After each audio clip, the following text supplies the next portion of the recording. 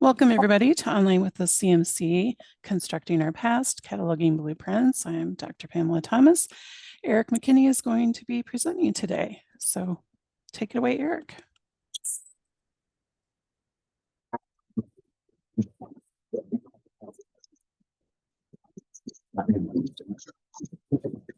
Your audio is really muffled.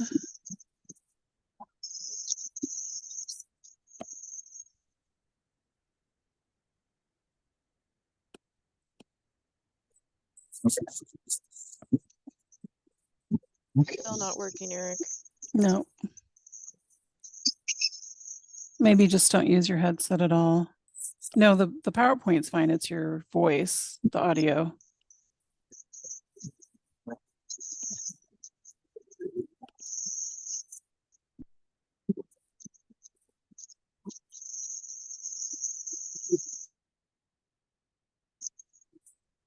No.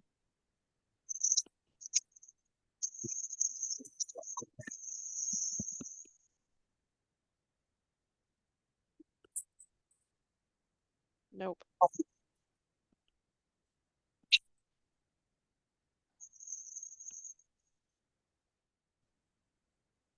How's that?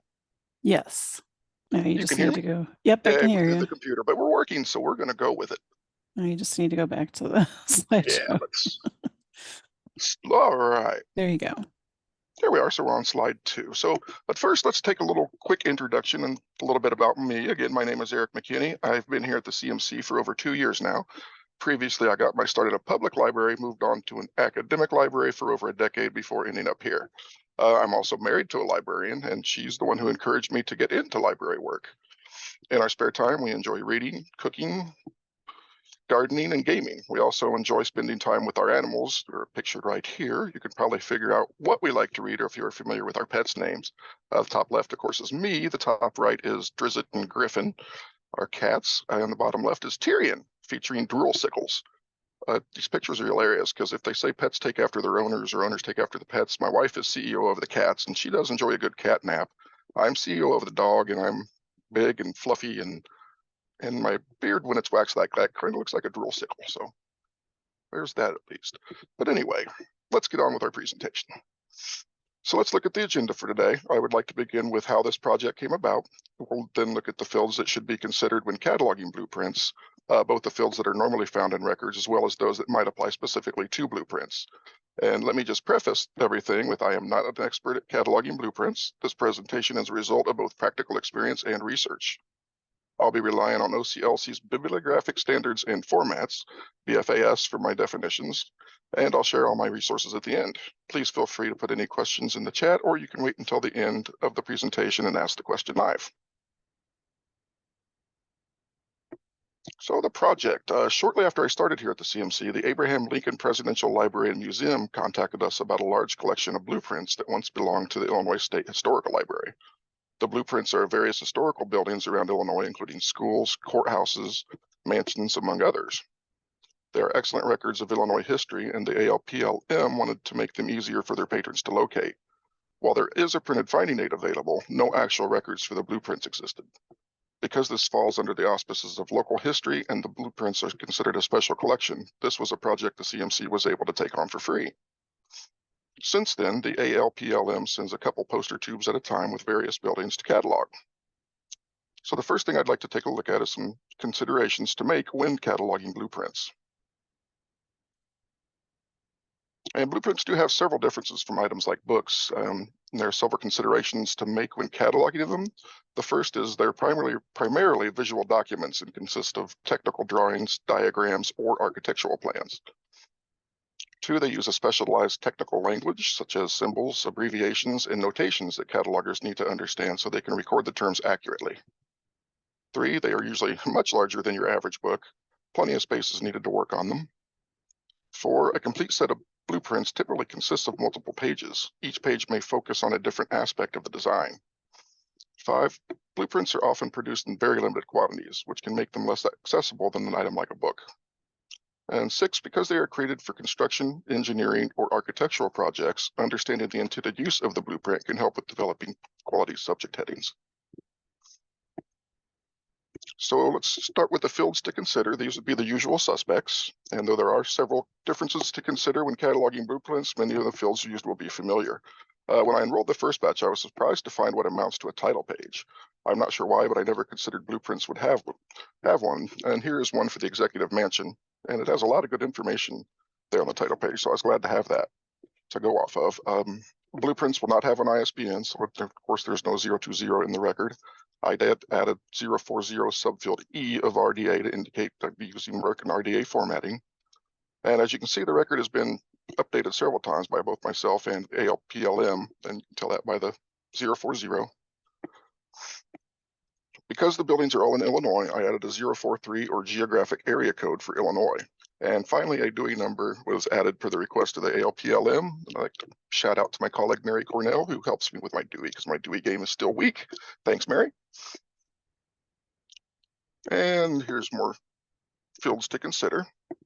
And as you can see, the title page has a multitude of people responsible for the creation of the blueprints. Because of this, I chose to make use of the 7XX fields rather than list any one person or institution as the main entry, hence the lack of a 1XX field. For the most part, the 2 XXs are normal, though I did add a subfield K and subfield F to the 245. Subfield K describes the form of the described material, which of course in our case is blueprints, and subfield F, according to BFAS, describes the quote-unquote time period during which the entirety of the contents of the described materials were created, used for archival materials. Subfields A and B of the 264 field are in brackets as that information was not directly on the blueprints. I had brought that in from elsewhere, so I bracketed those. See the next usual suspects. Over the course of this project, the sheet count has risen considerably for the executive mansion record. Initially, only 19 sheets were in the first batch.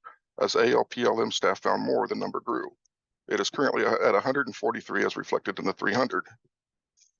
For the 334, I chose multiple unit due to the number of sheets.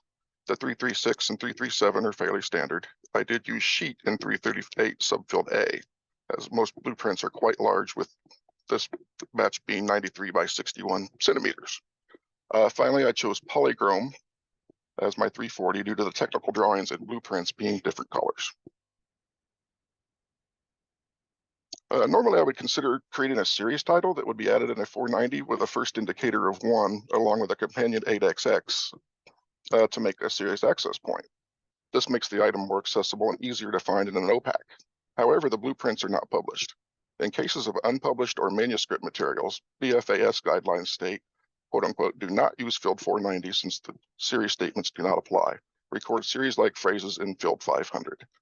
So that's why I have this here, 500 series title, Illinois Historical Library Blueprints. And this kind of seems weird to me because just because an item is unpublished doesn't mean it shouldn't be as easy as possible to locate in an OPAC. So I think that's kind of weird. I sometimes wish BFAS had a section that explains why they came up with some of the rules they did and how many drinks were involved. For the other 500s, I went back to the title page. Remember, we had a lot of good information that we could take from that. I did assign the title myself, so I added a 588 or a source of description note with a first indicator 0. This information used to go in a 500, but OCLC recently decided to start using the field that would have made sense to use from the start. Again, I'm curious as to how they came by that decision, but that's okay. So 588 instead of 500. And the 50 field is for recording a formatted contents note. This is just one of the multiple 505 fields in the record. I believe it's the very last one. The first indicator is the display constant controller, which denotes the level of contents in the record. A first indicator of 0 indicates the contents of the item. Other options for the first indicator are 1, used when incomplete contents are being recorded. 2, to be used when partial contents are being recorded. Finally, 8 can be used if no display constant generated is desired. The second indicator is the level of content designation. There are only 2 options here. It can be left blank to indicate the level is basic, or 0 may be used to indicate the field has been enhanced. I went with enhanced using subfields G and T. Subfield G is for miscellaneous information, so I used it to record the sheet numbers. Subfield T was used to record the title of each sheet. Other commonly used subfields for the 505 include A, R, and U. A is used when using the basic formatting. R is for recording the statement of responsibility, and U can be used to record an associated URL. And the 505s were devised using a combination of the printed finding aid and the information on the blueprints themselves. The National Archives catalog defines finding aids as tools that quote unquote help find information in a specific record group, collection, or series of archival materials. Examples of finding aids include published and unpublished inventories, container and folder lists, card catalogs, calendars, indexes, registers, and institutional guides. Formal publications that help a user find information regarding a record group, collection, or series of archival materials are also finding aids. And a portion of the finding aid for the blueprint collection is pictured there on the right. That is some of the blueprints for the executive mansion. Okay, and fields to consider, the usual suspects have our subject headings here. Added a 610 for the Illinois State Historical Library, 650s, Public Buildings, Illinois Designs and Plans, Architecture, Illinois Designs and Plans, and Building Layout, Illinois Designs and Plans, Architectural Drawing, Illinois.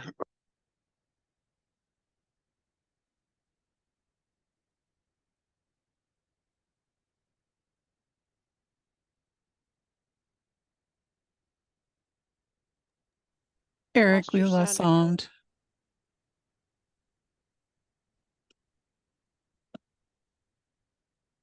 Eric, we can't hear you. Can you hear me? Yep. Wow. All right. Sorry about that. Let's see here. I think I went too far. Yep, we were stopped here at the usual suspects, which is the 7XXs. While I did list the architects and consultants in the 500 field, I also put them in 700s or 710s as appropriate. And again, all these were taken from the title page. I did list the Abraham Lincoln Presidential Library and Museum as the collector, since they are the ones who are housing the collection of blueprints. All right, so let's get into some of the blueprint specific fields. And let's start with the fixed fields. It was decided we would catalog the blueprints as mixed material since they can be a mix of technical drawings and actual blueprints.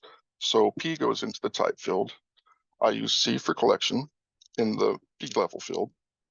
BFAS defines a collection, at least as far as the B level field goes, as a made-up multi-part group of items that were not originally published, distributed, or produced together. The record describes units defined by common provenance or administrative convenience for which the record is intended as the most comprehensive in the system. E level and form were left blank as no options were applicable. I also left the control and MREC fields blank. English is the language, and the blueprints were published in Illinois.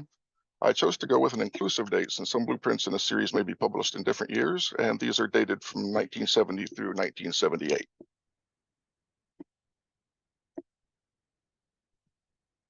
All right, 007, I did add a 007 with the following subfields and codes.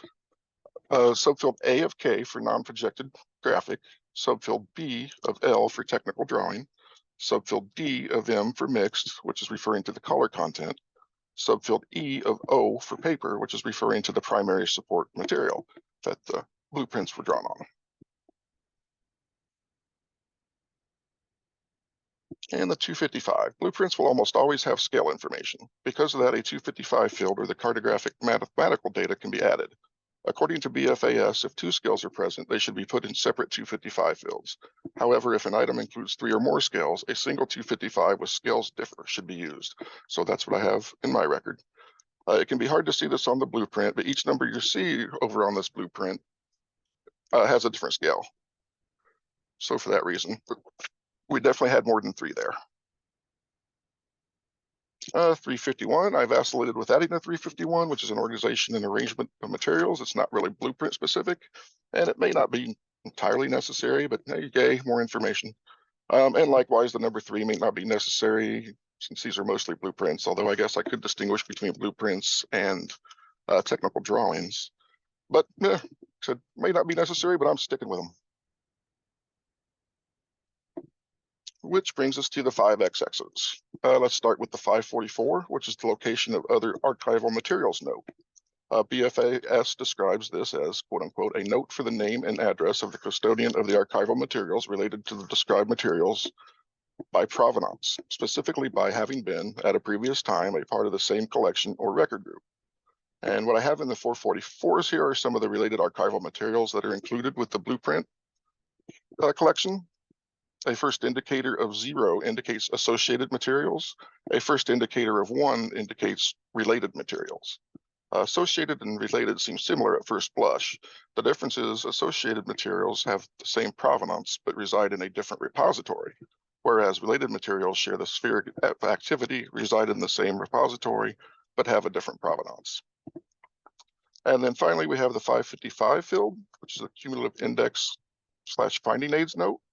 And as mentioned previously, they do have, ALPLM does have a printed finding aid. So I did add the 555 to the record. The first indicator of 0 is for finding aids.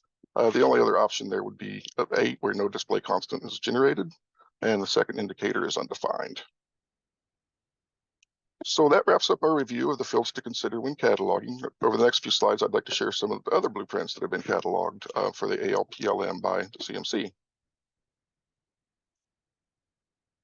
And this one is the Sangamo Electric Company building, which is in Springfield, Illinois.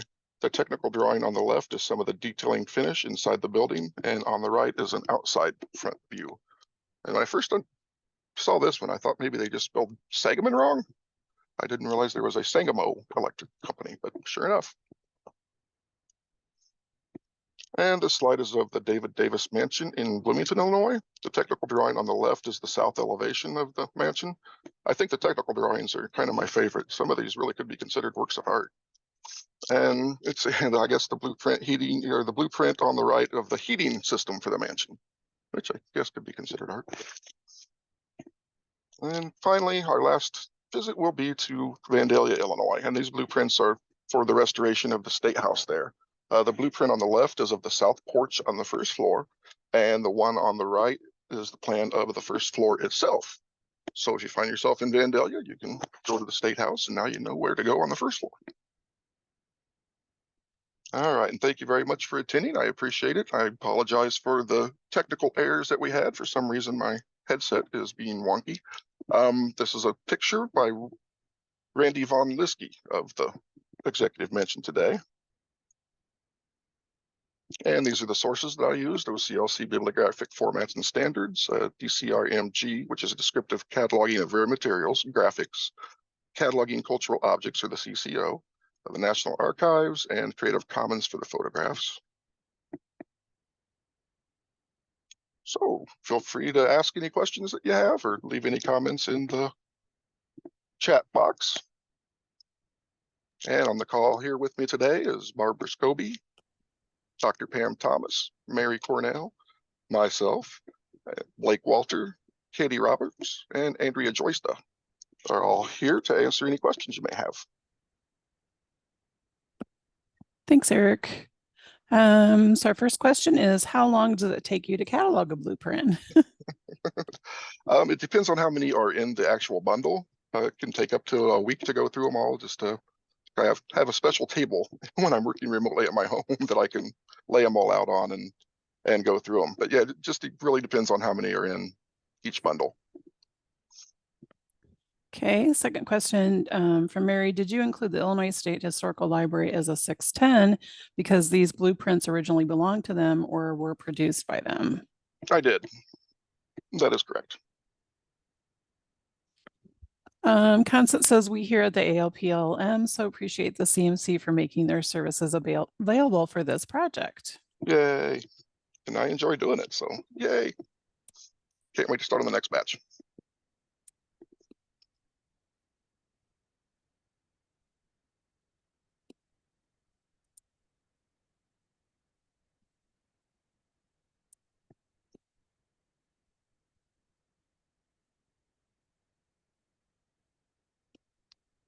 Mary said, would you add a subfield V for catalogs to the 610 considering?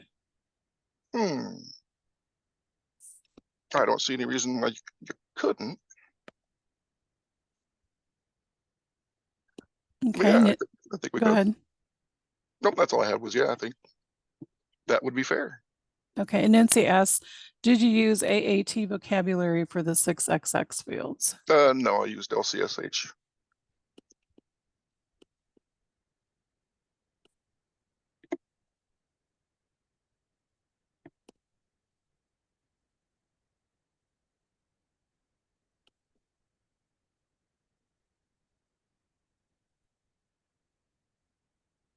I got chat. Sorry, see barbs. Is there a standard format to express scale?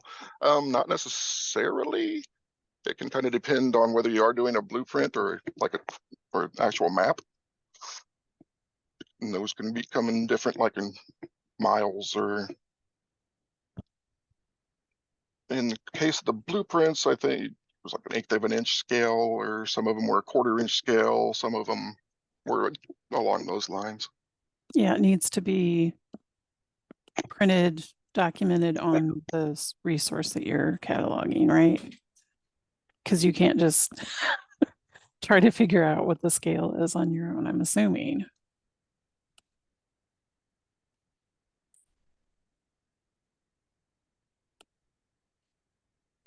Lost your sound again.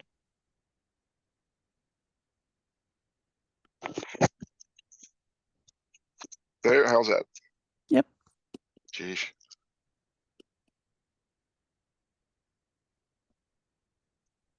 I will not forget the old headset next time. Okay, does anybody else have any questions? You can post them in the chat box. Next month, Kat Anderberg, our metadata cataloger, will be presenting a place for everything digital file organization on December 14th. Gail says, I have a blueprint with a photo interpreter and a researcher and delineator credited.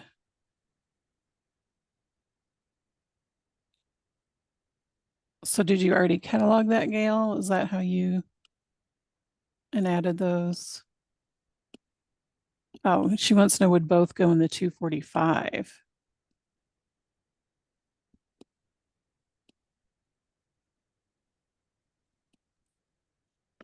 Can't hear you again, Eric.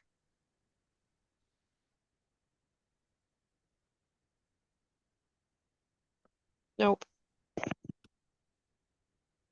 How about now? Yes.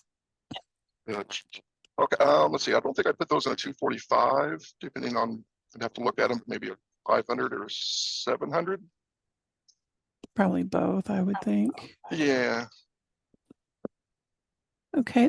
Linda's asked, did you have a background in architecture or did you have to research? I had to research. No background in architecture whatsoever.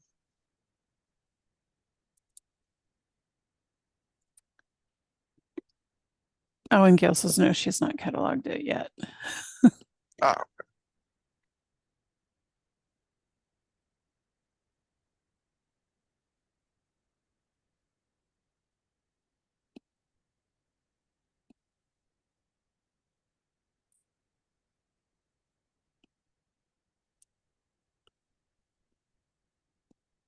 Does anybody else have any other questions?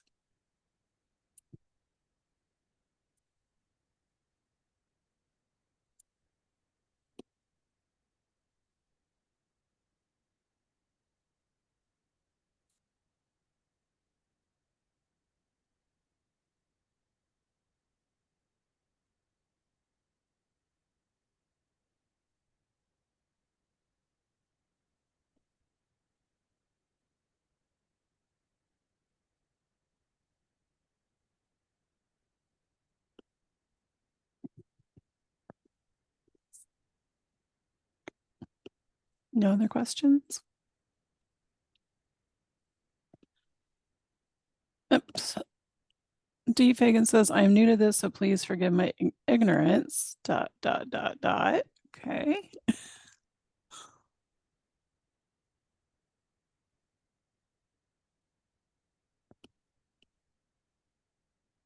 Were you going to ask a question?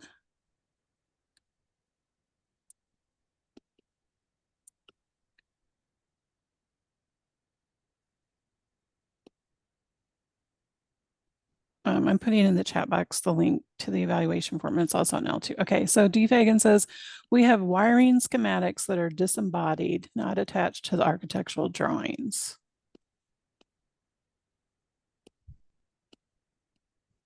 they still might fall under the auspices, like I say, architectural drawings, blueprints, technical drawings. Yeah, so then they said, how should I proceed with these? Yeah, I mean, because they could just be part of the collection, right?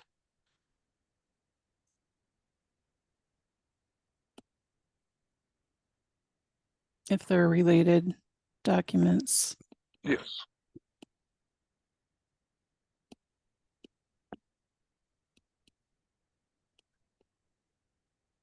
I don't think I'd treat them much differently than the blueprints Okay. They said thank without you. seeing them, of course, but Yeah. Yeah, if you want to, if you've got images, you could send them to Eric. I'll put his email in the chat. Oh.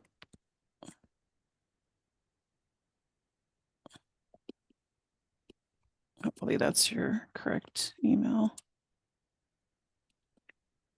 yep, that's me.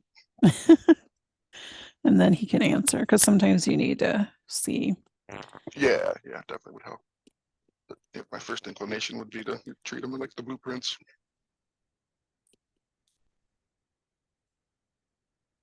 Okay, does anybody else have any other questions?